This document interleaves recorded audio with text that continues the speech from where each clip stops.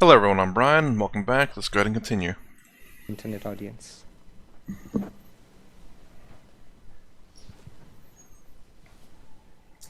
This question is from Rupak. I try to follow the 6 steps you have taught in your Decription lecture series. I sit for meditation every morning, but when I try internal text-based meditation, external things come to me as input. I can close my eyes but can't close my ears. Birds chirping, clocks ticking come to my ears, even though no thought is present or just the Vedantic text is present at that moment. I feel that external and internal is getting mixed up for me. As I understand, this body-mind, though nothing but a unit of some atoms, has a special capability through the witness consciousness that is enabling this piece of matter to hear, see, touch, smell, taste, and think. Is it really possible to have the internal text-based meditation? My own breathing movement also comes as a distraction. Can you please let me know if I'm doing something wrong, which I can correct? Very good question. Very good question. So I did try a little bit of meditation some time ago, and I absolutely understand it. Me, it's the hairs. I don't know what it is, but obviously I want to lay down on my bed, and then the hairs in my leg, they start moving. It's really weird, but I'm sure people who have hairs in their arms and legs or wherever, and if you, I guess because I was getting in my bed, I'm sure some of them got twisted and whatnot, and then whenever I laid down, they started untwisting, or they went back to their normal positions, but because of getting into bed, they kind of got furled up or whatever, and then you start feeling that. You become super aware of your body, because you're trying to quiet everything, and if you get lucky enough to go in a room where there's no external noise or anything, you can start really feeling your body. And this is something very interesting. I don't know if anyone out there has this. There's this deprivation room, sensory deprivation room, where it's a room that's pitch black. There's a water inside, and it's your body temperature water. So when you're laying in it, there's no distinguish between your body and the water. It's because it's all the same temperature as your body. So whenever the water touches you, it's usually colder or hotter. You can tell the difference.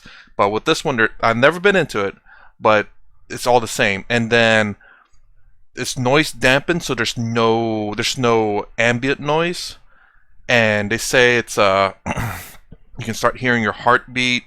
You start getting lost a little bit. I'm sure that's a great room to meditate in. I'm curious. I do want to go to one just to experience it.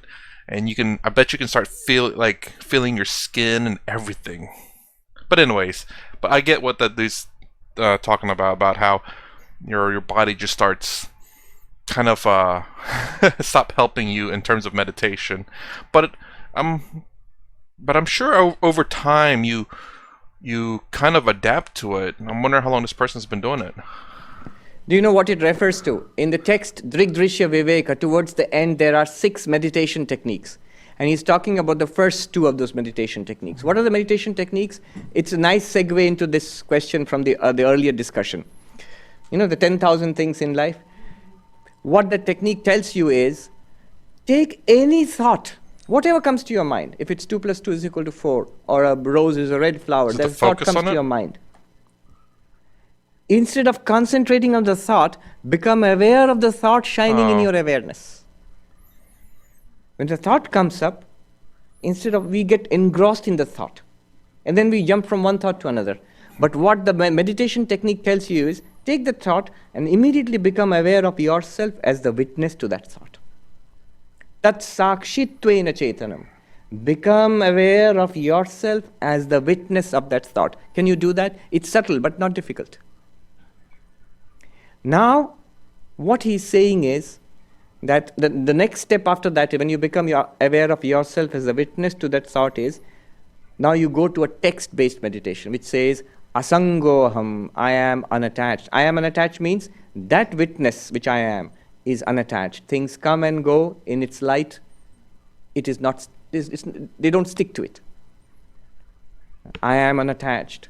Dvaita Vajjito Aham, I am non-dual. Swaprakasho Aham, I am self-effulgent. These are obvious facts. Once you have got the witness, clarity about the witness, all these things will be obvious facts. Just you're repeating a fact to yourself. Now the problem which this person has referred to is that, Swami, when I think about a thought, I have to think about a thought, right? I am the witness of the thought, but then the clock is ticking. and then the birds are chirping. And then it's hot. And then a lot of other things come into my mind. A thought might be very difficult, elusive to get hold of. Lots of other things are crowding into my mind. So what is the way out? What do you think? I'm sure it's similar to what he's saying about the thought, about being aware of what you're aware of. Being aware of what the ego is aware of. Because you and the ego are separate, the ego is aware of its surroundings, and you are aware of the ego. Maybe? Or, like Lakhani has said, take care of those things, move to a quiet place, make sure your bodily functions is taken care of to meditate. I don't know, either one of those two. Correct. Absolutely. The answer from the gentleman was witness of everything. You are not just the witness of the thought. The thought is not important. If the clock is ticking, wonderful. Wonderful. Use it immediately. The clock ticks. When it goes tick-tock, I am the witness of the tick-tock. When the bird chirps outside, I am the witness of the chirping bird, of the chirping of the bird. Any movement, anything that registers in your awareness is a mirror to your awareness. It reflects you back to your awareness. I have known of persons who get into a kind of internal intoxication just by listening to the sound of a clock ticking. Yes, it's possible. Absolutely possible. Hours can pass because the ticking of a clock is a very powerful device. It's rhythmic, it's monotonous. Every tick points you back to the witness consciousness. And you tend to get absorbed. There's no escape from the witness consciousness if you're listening to a ticking of a clock. If you say that, well, first of all, you have to understand what the witness consciousness is. You have to have clarity about that. That's one thing. That's why the Drigdrishya Vivek text is there. You see, the Holy Mother, she used it in a different way. She told one of the disciples that, my child, listen to the ticking of a clock. Repeat your mantra with that regularity. With that calm steadiness and regularity, keep on repeating the mantra. I'll tell you an experience. It was in the Himalayas. We were studying Ashtavakra, very high text of non-dual Vedanta. And the Swami who was teaching us, there was a word, Nairantaryena, without break, in the text he was teaching us. And we were a motley group of monks. Some lived in huts, some in caves, and some had long beards, some were shaven-headed. Mostly we were a very scruffy lot. So we were all sitting around his feet, and he was teaching us. When he came to the word Nairantaryena, without break, he closed the book and he looked at us and he said, before the class I was thinking, how do I explain this word? And then in front of him you have to see, the Ganges is roaring past, just in front, about 40, 50 feet below. It's mountainous, you understand. The Ganges is roaring past. He says, immediately my eyes fell on that. And I thought, just like without break, the stream of water is roaring continuously, flowing fast in front, without any break at all.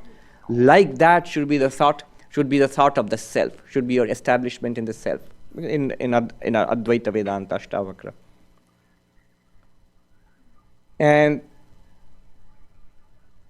that night, a monk, he went for meditation, and he sat in meditation, and he could not stop meditating throughout the night because the roaring of the Ganges next outside that monk's hut, that thought kept coming to him, and because the roaring is without break, he couldn't stop. It was so powerful. Hour after hour passed, 6 hours, 7 hours. So that's without break. Anything in the world, especially like the ticking of a clock or the flowing of water, can be an excellent reminder of your witness status. Yes. A question from the audience here? I will say, whenever I was doing it, it wasn't a constant thing. It was like this hair, then that hair, and then another, and a hair in my leg. Then it's just all over the place. So I couldn't focus on one hair, obviously. But yeah, I get it, absolutely. And I was going to say, I do remember, can't remember where I remember it from, but I remember people doing the little bowl with the water, I believe, and the little thing around it to make a very constant noise, and to do that. And they focus on the sound, and they focus on the sound so that everything else gets disappears, and then from there that sound disappears as well into nothingness. Or Osho likes to say that you focus on everything until everything becomes one or nothing. You have to come forward and speak in the microphone. No, first sit and take up the microphone. Have to tell name everything? No. Yes, please sit. Please sit, because it's being recorded, Yeah. that's why. Okay. Please sit down. Sit, okay. The question, 2 questions before, In the microphone. 2 questions before, when we are talking about I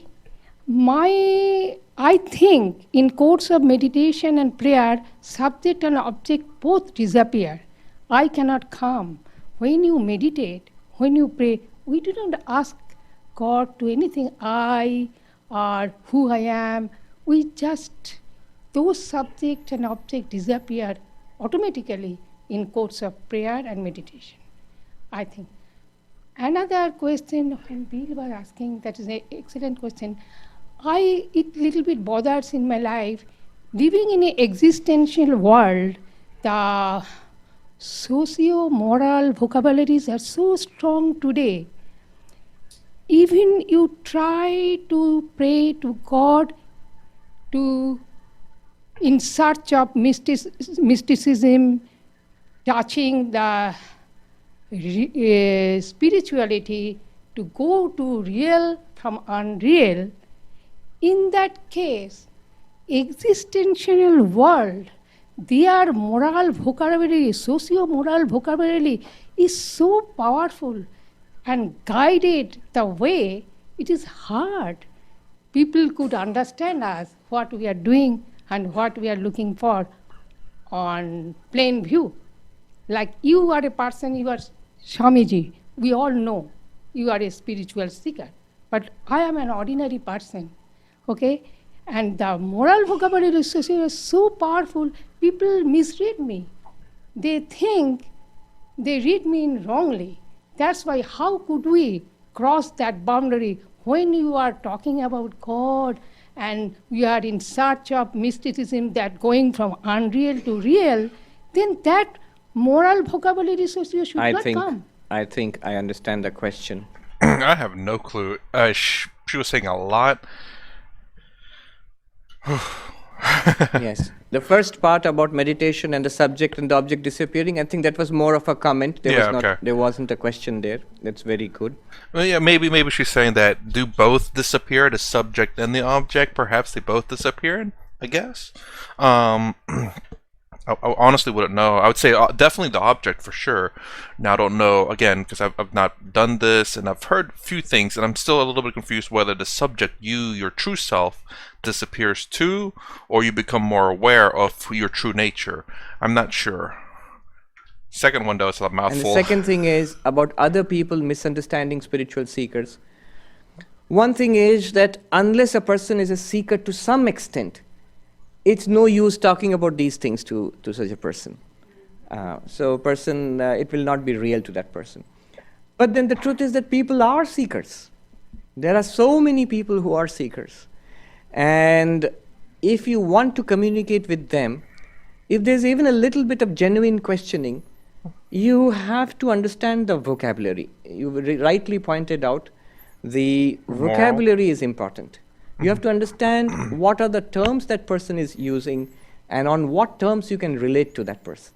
Yes, sorry, but this is my I don't want to say my fight, but my struggle.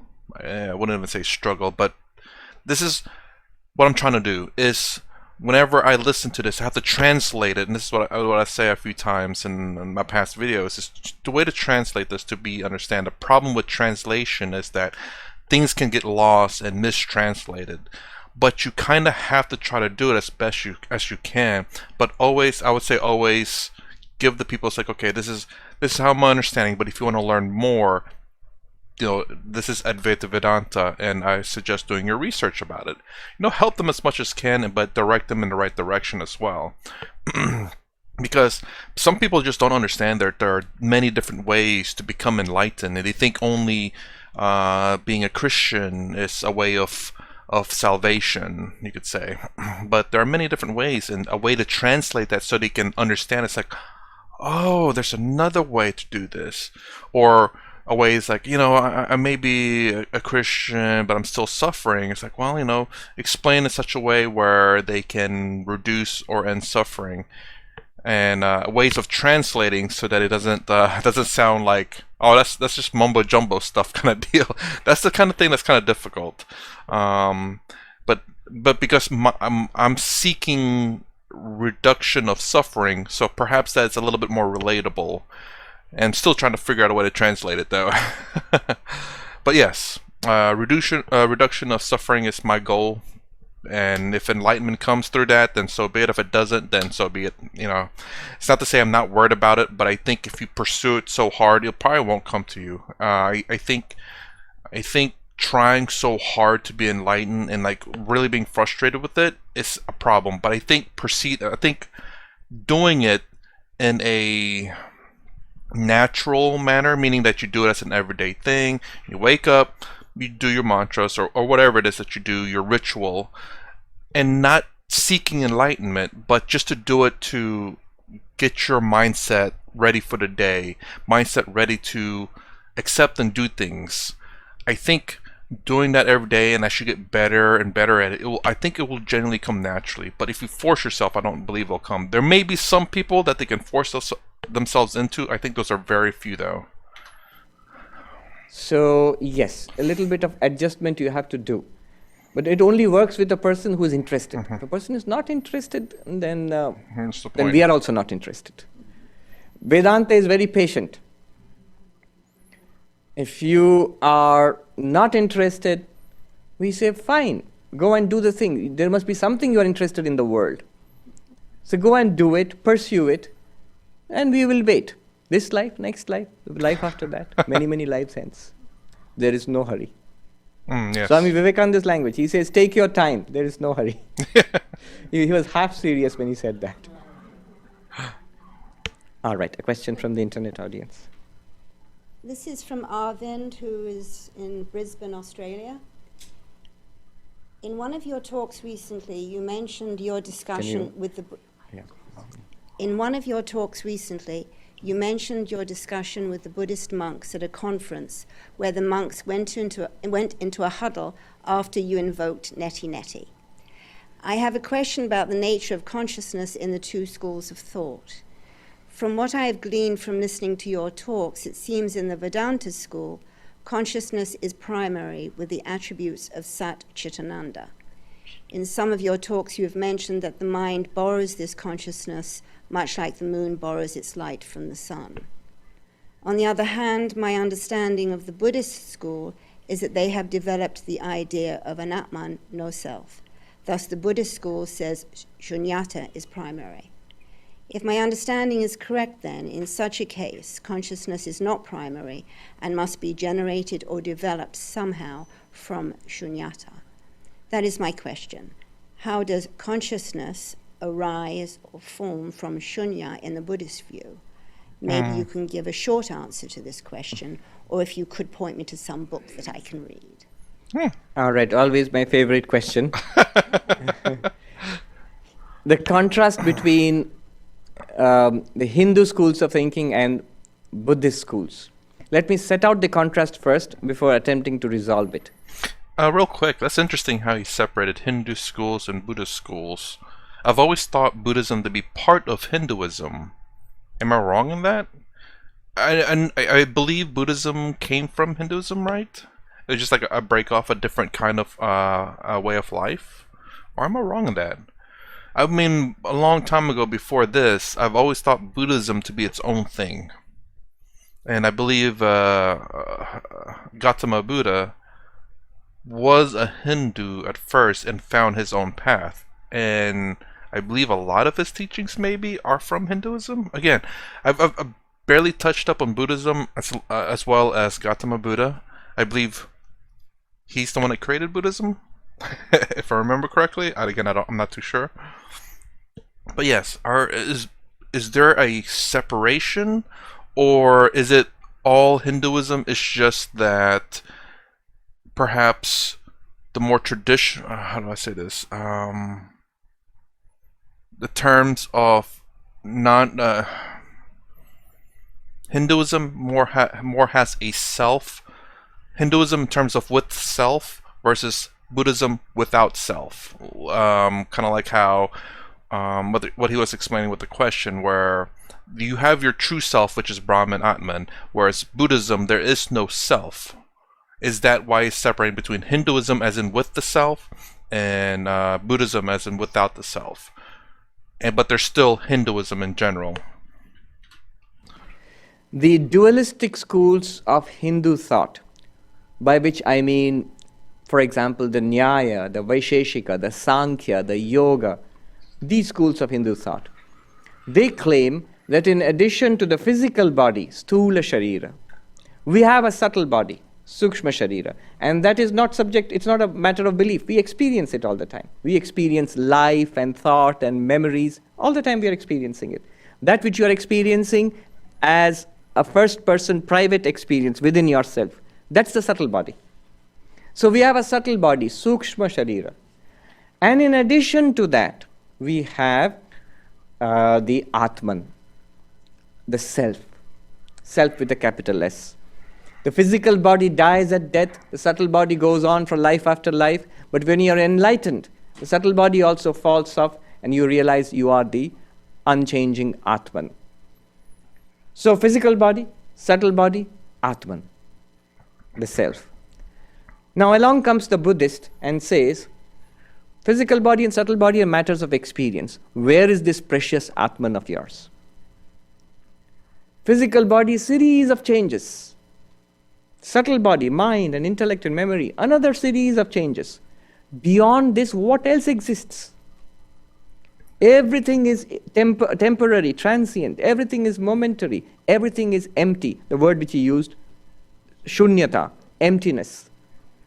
They have their self-nature, empty of self-nature. That means there is no inherent, unchanging nature to anything. That was the Buddhist insight. And it's a very powerful challenge. A very powerful challenge. When the Buddha said, anityam anityam sarvam anityam, temporary, transient, everything is transient. Everything goes away. Kshanikam sarvam kshanikam. Not only that everything goes away, you see, everything goes away, we know. Everybody dies and we also will have to die. That does not really bother us as long as everything stays for just enough for my purpose. If the house can stay steady for 50 years or 100 years, it's good for me. I'm going to use it for 50 years or 100 years. After that, doesn't matter. If the body lives for 30, 40, 50, 60 or 80 years, good enough for me. Because I'll do whatever I can in that period of time. If the cookie melts in my mouth and is gone in 10 seconds, that's also good enough for me because I can taste it in those 10 seconds. So temporary is okay with us. We really don't mind temporary. Impermanent, we don't mind. But Buddha goes on further, spoilsport that he is. He says, kshanikam, not only temporary, momentary. Everything changes from moment to moment. It does not stay steady for, let alone for decades and centuries, it does not stay steady from 1 second to the next. That may sound like a startling claim from our common sense point of view, but as we go on, modern sciences more and more has shown that everything is a whirling mass of particles. A whirling mass of change continuously all around us. Just from our perspective, some things seem more steady than others. Kshanikam kshanikam sarvam kshanikam. And hence, shunyam shunyam sarvam shunyam. Void, void, all is void. And then finally, dukkham dukkham sarvam dukkham. Hence, because it is transient, because it is momentary, because it is void, everything is of the nature of dukkha, suffering. If you feel the suffering, you are feeling the reality. If you feel pleasure and happiness, you are deluded. Because there was suffering before it, there is suffering at the end of it, and there is suffering underneath it. Any joy that we have. So real spoil sport. What? Yeah, the Buddha. But the hard truth. Now, in this mass of change, where is this permanent Atman you are speaking about? So the Buddhist launches a two-pronged attack. One is on your permanent soul, your immortal soul. There's no such thing, the Buddhist says. And the second one is the partner to your immortal soul, the poor God, an immortal God, unchanging reality called God. The Buddhist launches an attack on that too. Where is this God you speak about? Both are equally impossibilities. An immortal God sitting somewhere way up in heaven. Where? And your own immortal soul you speak about, Atman. Where? You can't prove it. And thus began a 1,000-year battle between, literally 1,000 years, from around 2005, a little after the Buddha, when the philosophical schools of Buddhism began to grow strong, till the disappearance of Buddhism from India around 800, 900 AD. So for more than 1,000 years, there was a philosophical debate, a battle between the Hindu schools and the Buddhist schools. And it was good because it led to a flowering of philosophy.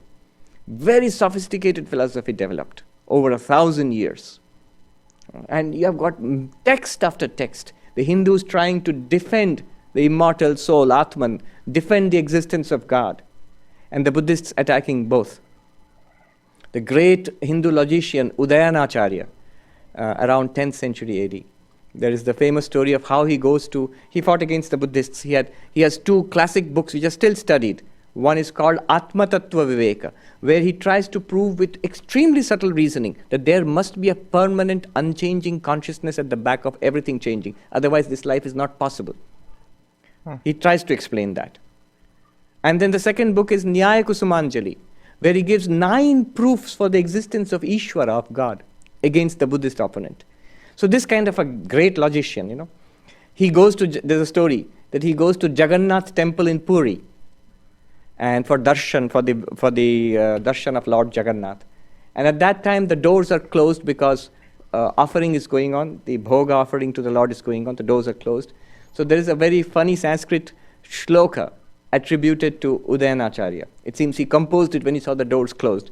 He said, "My Lord, now you are so proud and you shut your doors to me. But when the Buddhists come and attack you and try to disprove your existence, you run to me for proving your existence."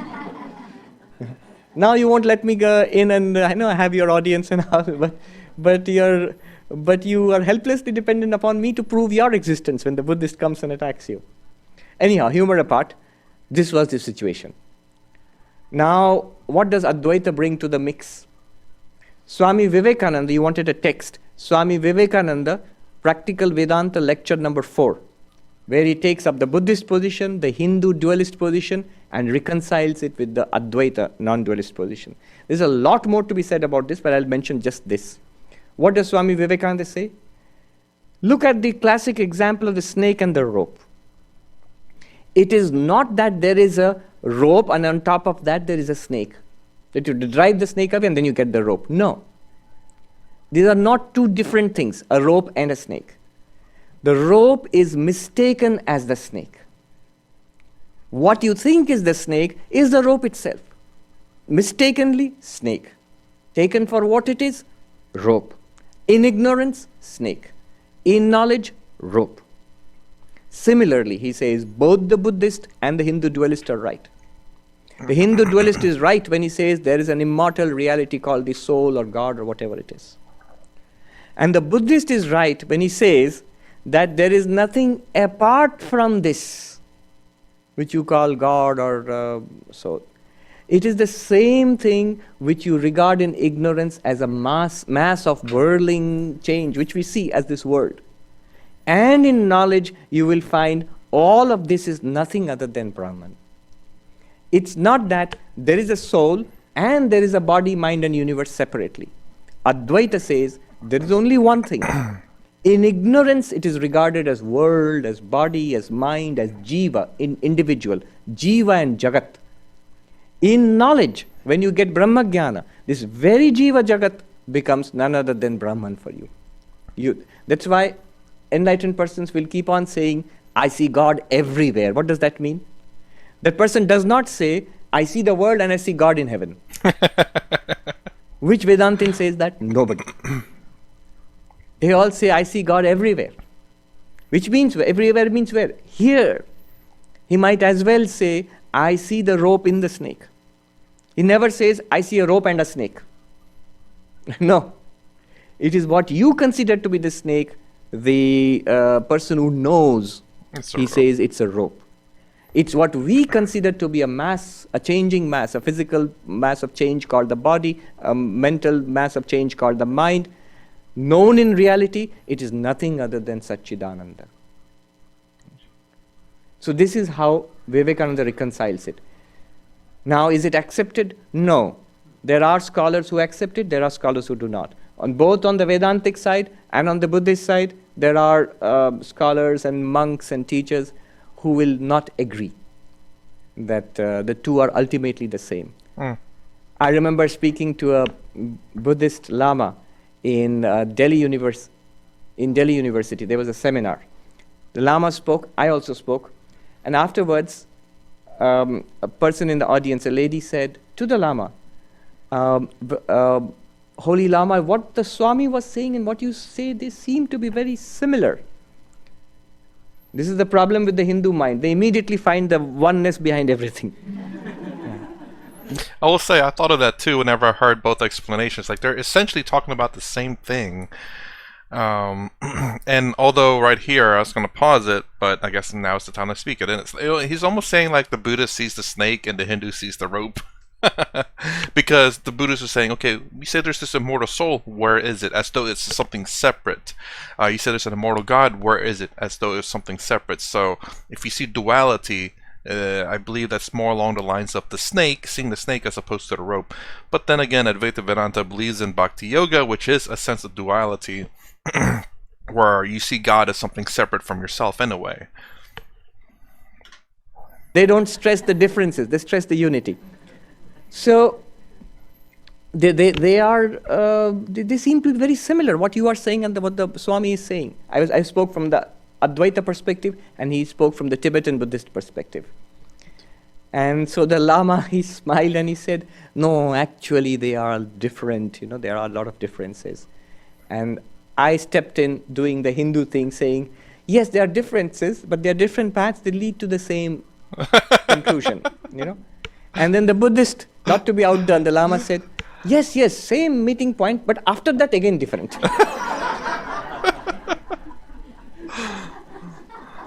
I'm guessing it's the same in a lot of sense, but subtle differences.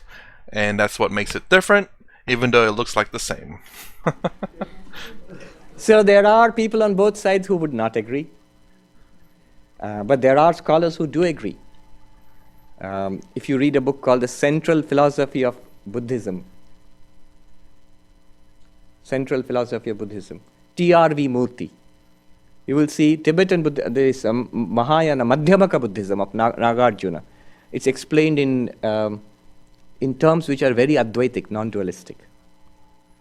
I've also had occasion to mention Sam Harris, who's a very popular atheist speaker here in the United States. And he says religion is mostly hypocrisy and nonsense, superstition. But he says there are these two traditions. One is Advaita Vedanta and the other one is Tibetan Dzogchen Buddhism, which have a core of truth in them, and it's the same truth both are speaking about. There is a professor of religion, a philosopher actually, in Australia, a lady, Miri Al-Bahari. And I find in her work, she is primarily a scholar of Buddhism, and And the way she interprets Mahayana Buddhism, especially Madhyamaka Buddhism of Nagarjuna, is very close to Advaita Vedanta of Shankara. And she mentions it explicitly. They two are very close. Why I mention her is that she is coming to give this talk about Advaita Vedanta and the problem of consciousness in NYU next year. And I have invited her to come and speak here to us. So I really hope she does come and speak to us. But she speaks about exactly this problem. Yes. We have run out of time. You must tell me when the food is ready. You must let me know. Yes. So there is a question from the... Yes, please come. Okay, I'm not going to talk very much, so I need to And somebody else cram raised this. a hand there? Yes, I'll come back to you. Yes, there's a mic. Please tell us your name and please sit. My name is Shri, and just, I guess, talking about Buddhism, I'm thinking of this concept of compassion that Yes. the modern Buddhists are talking a lot about now. And with this, I'm asking a very personal question, but I think it probably affects a lot of people from time to time. So, we try to have compassion and we try to have empathy, and sometimes we think we're doing great. Yes. We're around a grieving parent and we can feel everything that they're feeling, and I guess I must have been tapping myself on the shoulder, because the next I meet someone else and they're grieving and I seem to have zero compassion. I seem to have judgment. And then I continue to sort of beat myself up over not being able to muster any compassion. So then, do I just give up and wait for grace, or do I keep working at it? That's my question. You see, this is a problem that's inevitable as long as we regard ourselves as individual points of consciousness. That I am an individual among many individuals. And what kind of an individual am I? I am a body and mind with consciousness. I am a body and mind with consciousness. Then what becomes primary is body and mind, and the way I relate to others as body minds. Now what will happen is, I like some of them, some of those body minds, I like them. Some of those body minds, I don't like them. Those whom I like, it's easy for me to have compassion and love for them. Those who I do not like, it's not easy for me to have any kind of compassion for them, and yet I am told to have compassion for everybody. Look at the language, have compassion for everybody. The moment you say everybody, then there must be something same that you see in everybody so that you can have the same compassion for everybody. Do you follow? Then what is the same thing in everybody at all times and at all places? There is only one reality which runs through all of us. Base yourself on the Vedantic reality that you are Sat Chit Ananda. You are none other than God. And therefore, everybody that you meet, even whether you like the body mind or you do not like the body mind, everybody you meet, the background is the same Sat Chit Ananda. When that's no longer theory, when that begins to become reality to you, then you will find having compassion for everybody becomes automatic. Love will become automatic, compassion will become automatic. Judgment may still come up. The mind has a way of judging, but that judgment you can dismiss easily. Because you know beyond whatever you judge a person to be good, judge a person to be bad, you make up your mind, this person is bad. A bad body mind. But at the same time you will know that's absolutely on the surface, it's superficial. The reality is existence, consciousness, bliss is the one unchanging reality. In me, in you, in him, and in her. That's the real basis for compassion. Change your concept about yourself. I am not this person, body, mind called Shri. Shri is really the existence, consciousness, bliss appearing as the body, mind here. Then you will see that everybody else changes automatically for you. And then the problem of compassion, problem of love, the problem of hatred, it will disappear. It will become spontaneous. Love will become spontaneous. Compassion will become spontaneous. If by automatic reaction, hatred or irritation comes, you will be more and more able to dismiss it easily. Okay. I'll take one last question from the lady there. Could you come up and ask the question? real quick about that. I gotta make it real quick. Anyways, so I kind of had this kind of similar feeling, but I don't. Again, in my perspective, is that I see people as humans first. I don't see them as Democrats, Republican. I don't see them as white or black. I don't see them as any of these other things, male, female, or whatever. Humans first. And being as human, I can sympathize, I suppose. And I guess what kind of brought this up is I know there's a lot of people who don't like our president, Joe Biden, and there are some people who do. I don't agree with everything he has to say, but I don't. I don't think is what do you call it? I don't agree with everything that he plans, but at the same time, I see him as a human being. And, you know, he's very old and stumbles in his word, and I feel sorry for the guy, you know? I mean, again, because he's just really old, and I think he needs to retire, but still, you know, finish out his term and then, you know, retire. He's fumbling a lot, and, you know, again, I see a human first. Then I see all the other things. Obviously, I'm not going to sit here and say that, oh, I don't see that there are people of white, black, or whatever skin color, and then whatever race, and whatever, you know, gender, or whatever. It's just human first. So that's very interesting. He talks about how everyone's God. So you see as everyone's God like you, then you can relate a little bit easier. I used human, which oddly enough, something I've thought about recently is about that. You know, I still can feel compassion for people even though I disagree with their point of views. Kind of like you were saying about that you disagree with the body-mind. Now, mind you, I don't know how well this idea that I have translate because no one has wronged me really bad, so I don't know if that's going to last through that or not. I have no idea, but I'm generally very nice, generally very friendly, so there's no one out there that I don't know if there's anyone out there that hates me. If they do, well, I kind of feel sorry for them, honestly. But at the same time, you know, will this thinking them as human first last through like even the most wrongful wrongs, I guess you could say. I don't know. But right now, I see people as humans. I feel sorry for certain people. At the same time, you know, if they're an adult and they make decisions, I can feel sorry for them, but they ultimately made a choice. So, I see it both ways, I suppose. Question?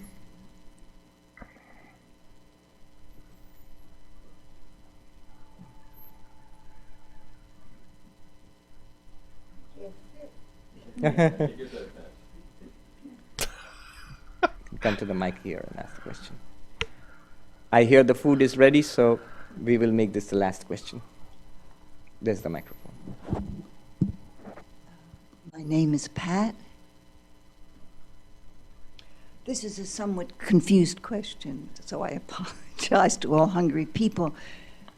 In the microphone, yeah. A Zen master was asked and said to me, I asked, what is Buddha mind? And he said, non-holding. Now we come to Vedanta and God. The Buddhist idea is this continuous motion, voidness is motion, nothing held. But the Vedantic idea, I've been told, is you must not confuse prana with God who does not move. But my problem in meditation is how do you get from my infatuation with prana to the non-moving state? Right. It's not at all a confused question. It's a very good question and very precisely put and most Vedantically put. So, yes. Non-holding is the essence of the Buddha mind. And it applies very equally to the Vedantic mind also. Anything objective that you hold on to as yourself.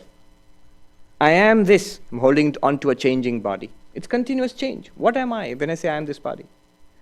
I am prana, if I hold on to that. Continuously flowing in and out, like the bellows pumping in and out, air flowing in and through me, life forces coursing through me, continuously changing, like the ebb and flow of a tide. Prana courses through me. What watches the prana? When you say, I am breathing in, I'm aware of breathing in, I am breathing out, I'm aware of breathing out. What is it that is aware of the breathing in and the breathing out? The breathing in and the breathing out are the movements of prana. What is it that is aware of the breathing in and the breathing out? That is not moving in and out. That is aware of the movement of the prana. Is it moving itself? No. If you come to the Taittiriya Upanishad, where you ask the question, what am I? You start with the body. You clearly see that you cannot be the body for certain reasons. It's external to you. I feel I'm inside this and this is an object. This is something external to me. It is changing and I am unchanging. It is an object of my experience. I am the subject of the experience. For certain reasons, I cannot be the body. For exactly the same reasons, I cannot be the prana. We're not denying that the prana is there. Let the prana move in and out. You've got to keep on breathing. Yes? Until you're enlightened, you have got to keep on breathing. So, yes. And then the mind. The mind moves continuously. Look deeper within the prana. Thoughts, ideas come. But you are aware of the movement of the mind. Is it not? And then the intellect, even that which you are using to understand all of this. You are aware of the movement of the intellect. Anything that you are aware of is not the Atman. But my problem, In the microphone, yes. my problem is, it's not thought so much, but when I meditate, I feel this incredible seething energy, which is very nice to feel. But I can't get beyond that. It's like the energy is Right. always there and very pleasurable. But you said, look at the words you used. I feel this incredible energy. It feels pleasurable. Yes, I feel this energy. What feels? that's right. But how do I get beyond enjoying the feeling? That's You don't where have to- I'm stuck. This way.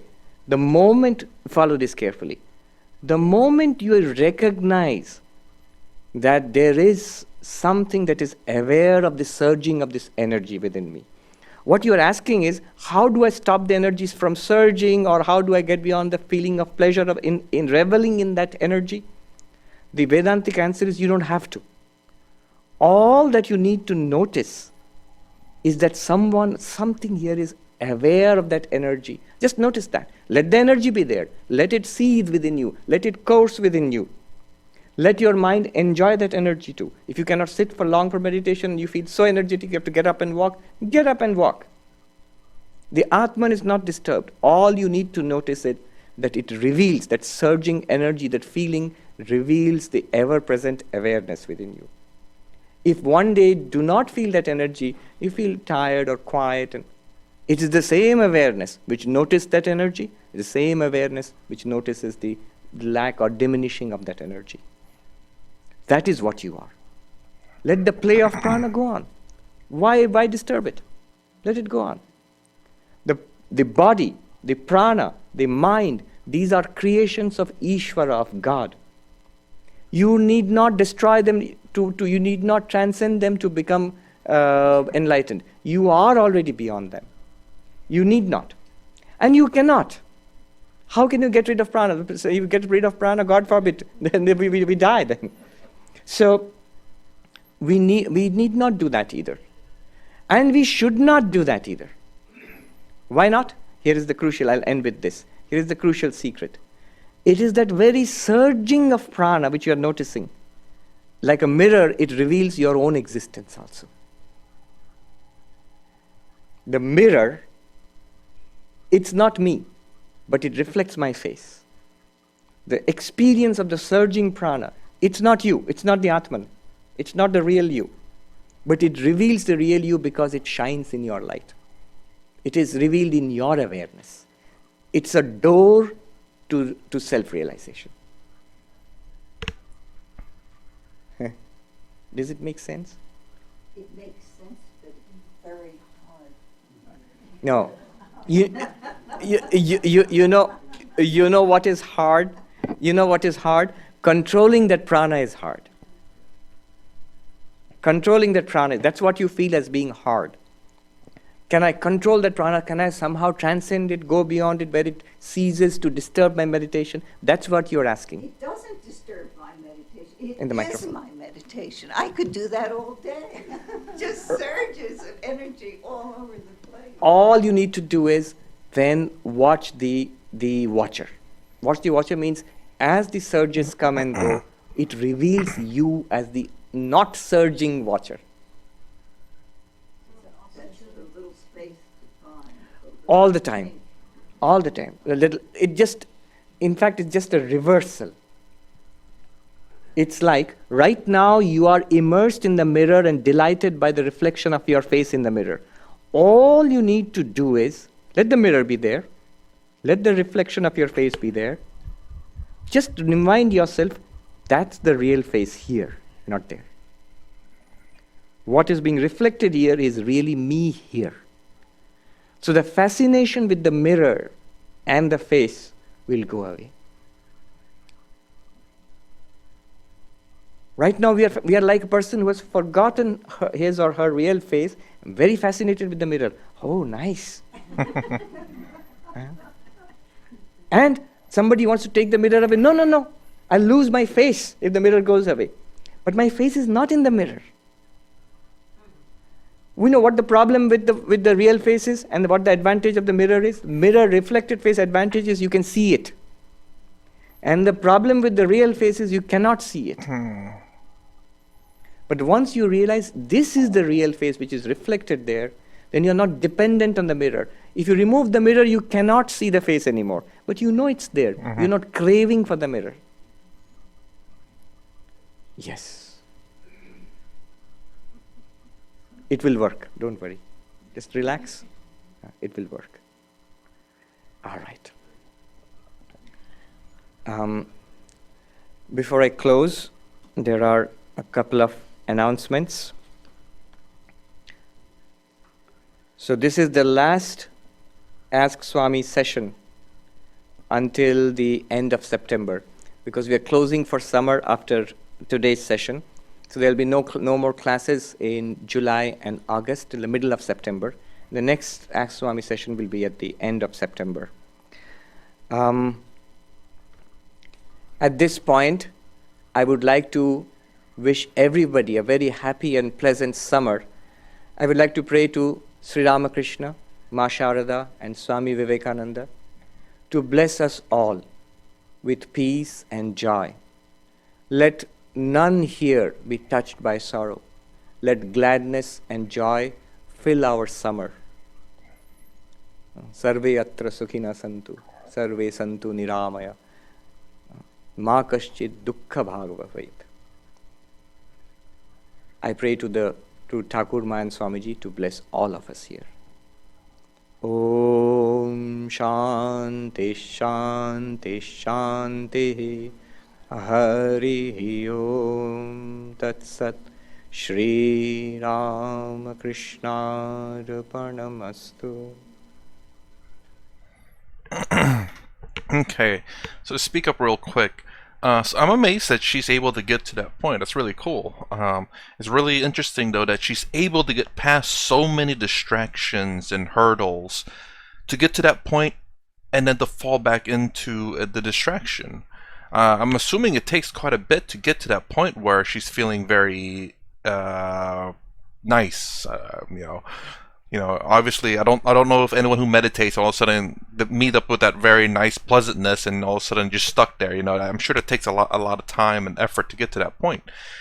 And it seems like she forgot all her practices to get to that point, or when she got to that point, because it's very pleasant there. It seems like she really likes that point where she got to and just didn't want to leave. I guess my suggestion would be to her is to remember what she did to get to that point, how she disassociated herself from her thoughts, from her body, from her feelings, from the ticking of the clock or whatever, and this energy, this pleasantness is also going to be one of those things that she can look past. It's going to take some time because it's quite clear she can get past a lot of points, but somehow she's getting stuck here. And that exact same training where she gets past all these distractions will be used to get her past this distraction as well. Although, if it's something good, then, you really need to get past it. I mean, I'm guessing you can get to that point and still get past it to the point where you're aware of who your true self is. What Swami was talking about there, where, you're looking, that pleasantness is like the mirror, where she's like very fascinated by it. It's very pleasant.